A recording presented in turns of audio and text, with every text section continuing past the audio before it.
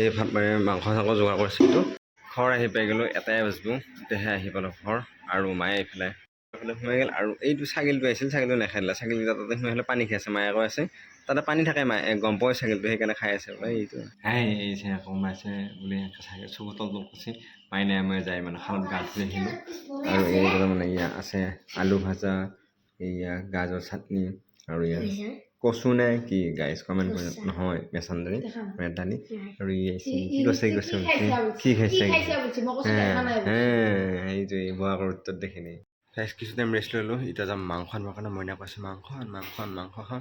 আৰু গাইজ মাংস লৈ আহোঁ এতিয়া আগতে। মাংস লৈ ঘৰ আহি পাই গ'লোঁ। আৰু ইফালে দেউতা বহি আছে, এইটো দেউতা বহি আছে। সেই নেটখা হৈ গৈছে। এই তাৰমানে বাতৰি কোন গৈছে তাকে চাইছে। আৰু তাৰমানে আমাৰ মা তাৰমানে বাপাৰ লগত খেলি আছে। আৰু এইয়া মাংস এইফালে বনাবৰ কাৰণে, সেইফালে ভাত আমাৰ সদায় এনেকৈ চলি আছে বাৰু। অলপমান পিছত মাংস বনাব গাইজ, মাংস খাম। সেইটো মায়ে আহি আছে, আহি এতিয়া বহি পেলাই ইয়াতে এইয়া মাংস গাইজ উলিয়াই দিলা। আৰু সেই কেৰাহী ফালে পাতি দিলা গাইজ, খাব লাগিব ভাত মাংস দি আজি বতৰ খাই আছোঁ। এই পেকেট আৰু এই বঢ়িয়াকৈ বনাই আছে। আৰু এই ভাজা মাংস খাবৰ কাৰণে প্লেট আনে মাংস হৈ গ'ল। এতিয়া এয়া ভাত বাচি তাৰমানে। আৰু ইফালে বৰষুণ দিয়া আৰম্ভ কৰি দিলা। আৰু মই এইটো ভিতৰত বঢ়িয়াকৈ ভাত বাঢ়ি আছে। এই ভাত মাৰি মাংস চাংস যোগাৰ কৰিছিলোঁ। আৰু এই মাংস আনি থৈ দিলে গাইজ।